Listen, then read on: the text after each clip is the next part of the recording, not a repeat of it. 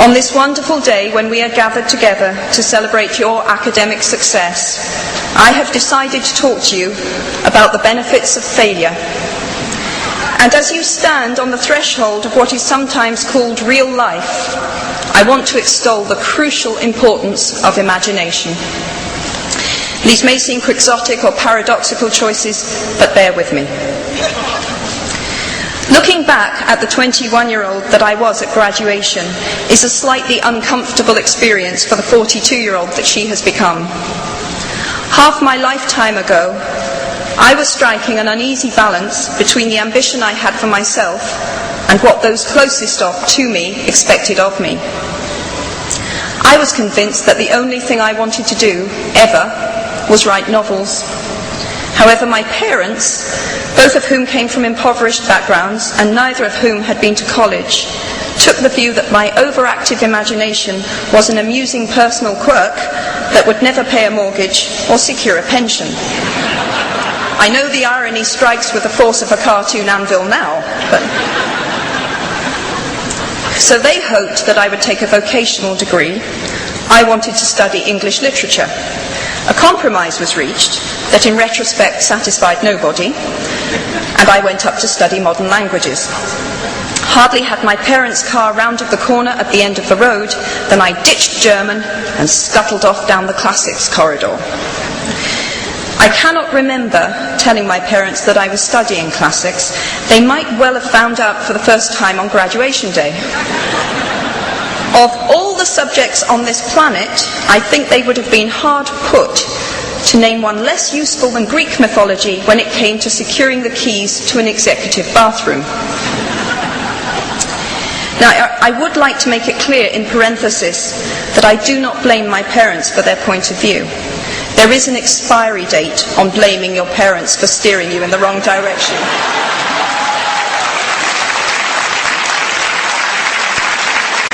The moment you are old enough to take the wheel, responsibility lies with you.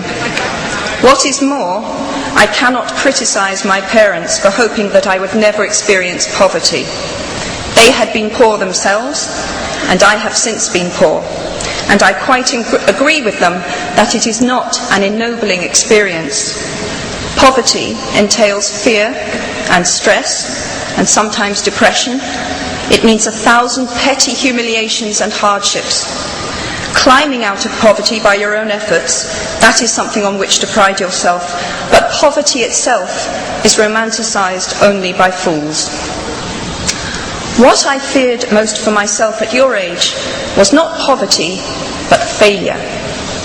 At your age, in spite of a distinct lack of motivation at university, where I had spent far too long in the coffee bar writing stories and far too little time at lectures, I had a knack for passing examinations.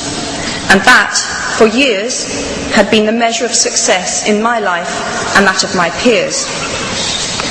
Now, I am not dull enough to suppose that because you are young, gifted and well-educated, you have never known heartbreak, hardship or heartache.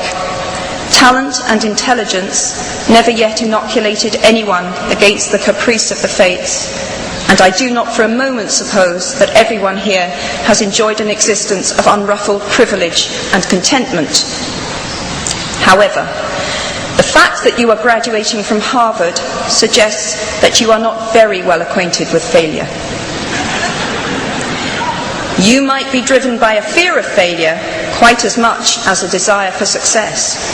Indeed, your conception of failure might not be too far removed from the average person's idea of success. So high have you already flown. Ultimately, we all have to decide for ourselves what constitutes failure. But the world is quite eager to give you a set of criteria if you let it. So I think it fair to say that by any conventional measure, a mere 7 years after my graduation day, I had failed on an epic scale. An exceptionally short-lived marriage had imploded, and I was jobless, a lone parent, and as poor as it is possible to be in modern Britain without being homeless. The fears that my parents had had for me and that I had had for myself had both come to pass. and by every usual standard, I was the biggest failure I knew. Now, I'm not going to stand here and tell you that failure is fun. That period of my life was a dark one, and I had no idea that there was going to be what the press has since represented as a kind of fairy tale resolution. I had no idea then how far the tunnel extended, and for a long time any light at the end of it was a hope rather than a reality. So why do I talk about the benefits of failure? Simply because failure meant a stripping away of the inessential. I stopped pretending to myself that I was anything other than what I was, and began to direct all my energy into finishing the only work that mattered to me. Had I really succeeded at anything else, I might never have found the determination to succeed in the one arena where I believed I truly belonged. I was set free, because my greatest fear had been realized, and I was still alive, and I still had a daughter whom I adored, and I had an old typewriter and a big idea. And so rock bottom became the solid foundation on which I rebuilt my life. You might never fail on the scale I did, but some failure in life is inevitable. It is impossible to live without failing at something, unless you live so cautiously that you might as well not have lived at all, in which case you fail by default. Failure gave me an inner security that I had never attained by passing examinations.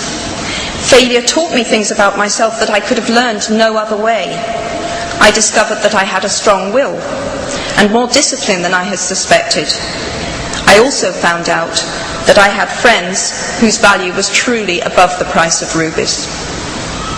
The knowledge that you have emerged wiser and stronger from setbacks means that you are, ever after, secure in your ability to survive. You will never truly know yourself, or the strength of your relationships, until both have been tested by adversity. Such knowledge is a true gift, for all that it is painfully won, and it has been worth more than any qualification I ever earned. So given a time turner, I would tell my 21-year-old self that personal happiness lies in knowing that life is not a checklist of acquisition or achievement.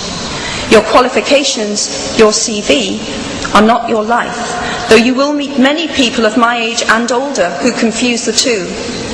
Life is difficult and complicated and beyond anyone's total control, and the humility to know that will enable you to survive its vicissitudes. Now, you might think that I chose my second theme, the importance of imagination, because of the part it played in rebuilding my life, but that is not wholly so. Though I personally will defend the value of bedtime stories to my last gasp, I have learnt to value imagination in a much broader sense. Imagination is not only the uniquely human capacity to envision that which is not, and therefore the fount of all invention and innovation. In its arguably most transformative and revelatory capacity, it is the power that enables us to empathise with humans whose experiences we have never shared.